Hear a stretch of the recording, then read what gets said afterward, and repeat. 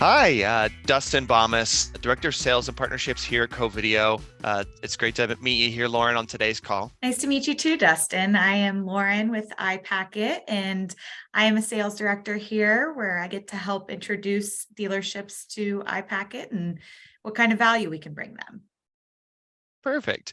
And today, I think our topic of discussion is trust, how that impacts automotive specifically, how we can leverage the benefits of providing and gaining trust at the dealership level, and how our tools can assist in helping achieve some of those exchanges of trust. Yeah, absolutely. I think, iPacket is really, and Covideo as well, from what I know, really centered around bringing that conversation of trust and value to a customer buying a car. We do so through our digital vehicle presentations that are truly designed to engage that buyer in a way that they're not used to, a way that is a little bit untraditional than what they expect. And I think we'll talk a little bit more about that today. Awesome. And I'd like to start first with just kind of like looking at especially how things have changed over the last few years, but just in general, as more and more technology becomes available, and we become incredibly efficient, but we're kind of reaching out to a broader, wider, farther audience, right? So we lose some of that effectiveness as time goes on, and eventually things start to kind of rebalance, right? We add a little more humanity back to the technology, and we create more back and forth and exchange of ideas and information. What would you say the biggest impact that you've seen on technology in the last couple of years as it relates to how dealerships or sales professionals in general are trying to earn back some of that humanity and some of that exchange of trust? Yeah, I think that it's been a little bit of them having to create a bridge of the customer having a lot of tools at their hand, and they're able to really do a lot of their research before they even talk to a salesperson. So, figuring out how to have a conversation with their customer that credits them for the eagerness and the hungriness that they have, to find the information before they even contact a dealer, but also kind of breaking down those barriers of, they're doing a lot of that research before they reach out to a dealership or a salesperson because they want to come in educated. So making sure that you value that perspective that they come into that conversation with, but like you said, bringing a little bit of humanity and still giving them that feel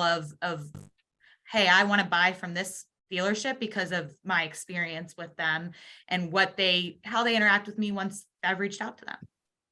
Makes sense. I love what you hit on there because it's almost like in order to gain trust, you have to give a little, right? You got to trust the customer and allow them to kind of create their own journey, so to speak, provide them the resources. It's interesting. I was looking up over the last few weeks for some other engagements that I've been doing, a lot of research on how the tail end of millennials and now Gen Z, as they're turning 26 this year, how their learning and online kind of decision-making process is being guided. And what I've learned is that ultimately they want to do a lot of self-teaching. There's so many new entrepreneurs that are millennials and Gen Z who have said, hey, I find this topic very interesting. I'm going to go out and I'm going to teach myself how to do that just with the available resources online and YouTube, searching how-tos and educational videos. There's so many topics that are at our fingertips now. And if they're doing that as a cultural change just in how they learn in their day to day and the topics they're interested in, how does that affect business? And when I looked, Gen Z in particular is incredibly interested in the infotainment sector of their purchase decision, right? Watching their influencers go on shopping sprees, so to speak, and joining them in that shopping expedition, or watching them talk about products, whether it's unboxing or reviews, or maybe it's a product that they offer that they're explaining. But Gen Z highly prefers to see and touch and feel that information. And right now they're looking to sources they trust, right? Trust because there's some kind of commonality there, some humanity between some of these influencers and online personalities. But a dealership can do that too, can they not? Oh, absolutely. We always say that you've got to give them good if you want great. You can't expect for them to just come in and tell you exactly what they want. You've got to give them information that makes them feel comfortable. Just like you're saying, they see somebody online, like an influencer that they trust for other reasons talk about buying a car.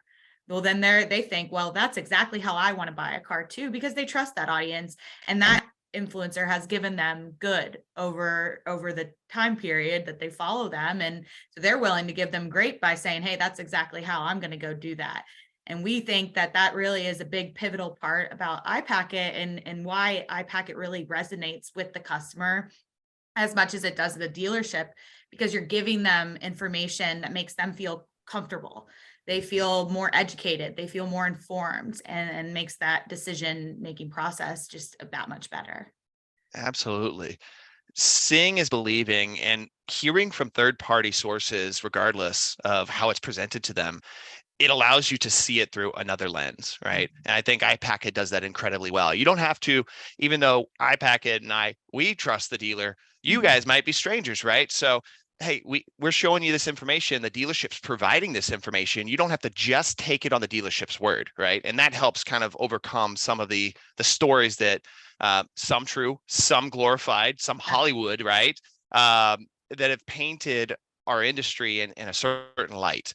And so allowing them that transparency and that trust aspect, trusting in them to see the information and make a good decision and continue a conversation, I think is truly powerful, something that iPacket does very, very well, and enabling and entrusting the customer to have a conversation back and forth with the dealership. Well, and that's why I love, Covideo and iPacket being meshed together as a 1-2 punch, because with Covideo, you get to see your salesperson, especially COVID. But even now, I think even myself, my friends, we aren't always ready, jumping at the chance to get into a car dealership physically to talk to somebody.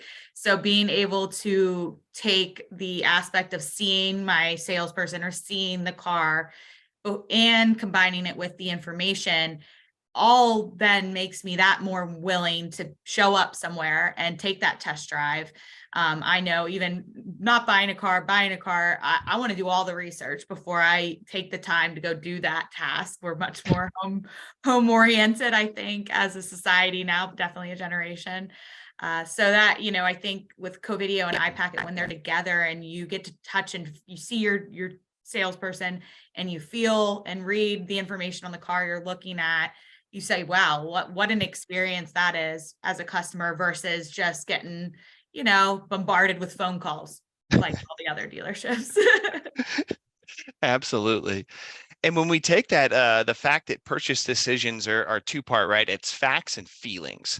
And we know that feeling is a huge aspect to that, right? That's why like and trust are typically ranked higher than the actual, like, here's just the facts, right? Here's the statistics and what this one does and what this one doesn't do, et cetera. It's the overall experience, how that makes them feel. And so when you're enabling them with the information, all the facts, but presenting it in a way that is very tangible and inspires emotion, the way that iPacket does, when they could see it and they can play with it and enjoy the information. And then you add that humanity aspect, right? Where you're making eye contact with that customer that maybe you would never be able to even shake hands with potentially, but you're still getting that face time. And in our culture, trust is developed through a lot of things, but primarily we trust someone if they can look you in the eyes, right, and say something. So if you could see it, you could believe it. If you're making eye contact with the person that is actually presenting that and sharing that information with you, then you're capitalizing on all of the points, feelings, facts, which leads to trust and transparency, which leads to that buying decision. I was looking at, again, the Gen Z and the millennial aspect of it, because, it spans like 15 years per generation, right? And the tail end of millennials really, really grew up and basically created the culture that is YouTube. And then Gen Z grew up with YouTube and Instagram already in full swing, right? And at their fingertips and instant information. And it really was interesting to watch the impacts of facts and feelings as to loyalty to brands. Yeah. So if you look at Gen X and the baby boomers, they had about a 60% just generational loyalty to their favorite brand. And then we moved into millennials, and that moved down to 50%. We're in Gen Z now, which is turning 26, and is going to be an incredibly competitive market to go after. Their brand loyalty is it 30%? They don't just make a knee jerk, hey, I'm on this team, I'm going with this brand, right? It is as low as it's ever been on a generation. So we got to kind of keep that game up, so to speak. We can't just say, all right, we got to win them once and then let it go. We have to keep the content, the quality, the engagement, the interaction going strong with this generation. I absolutely agree. And I think you hit on a point there, the loyalty aspect, and how once that trust is established, you're willing to tell anyone about it, and share your experience, and really, almost brag that I had a good experience here and it was what I was looking for. I even think about, I have a neighbor buying a car and she tells me, I'm willing to drive 35 more minutes because I like the guys at that dealership more. And they did something to do that. They built the value, they built the trust, that relationship with her. She's driving past the other dealership to buy that car that she could buy the one that's closer, but because of the way that they made her feel, the way that they gave an experience that was one she liked, and she's telling me about it, right? So then where am I going to go? I'm going to go to the guys a little bit further away because I hear that there's a better experience there.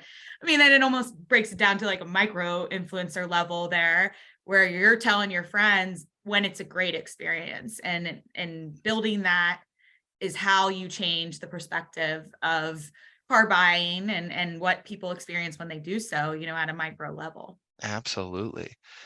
I love that. And there's a lot to be said with the aspect that when you trust and like something or an experience per se, let's just call it the experience, because any dealership can do this and they don't have to be loyal to their brand, but they do show loyalty to their experience, right? The experiences that they're having. And customers across the generations will spend about 140% more on experiences that they enjoyed. They will tell an average of 9 people about customer experiences that they enjoyed. Now, on the flip side of that, right, if we don't provide that great experience, which maybe it's just, in comparison to another experience, but people will tell an average of 16 people about a bad experience.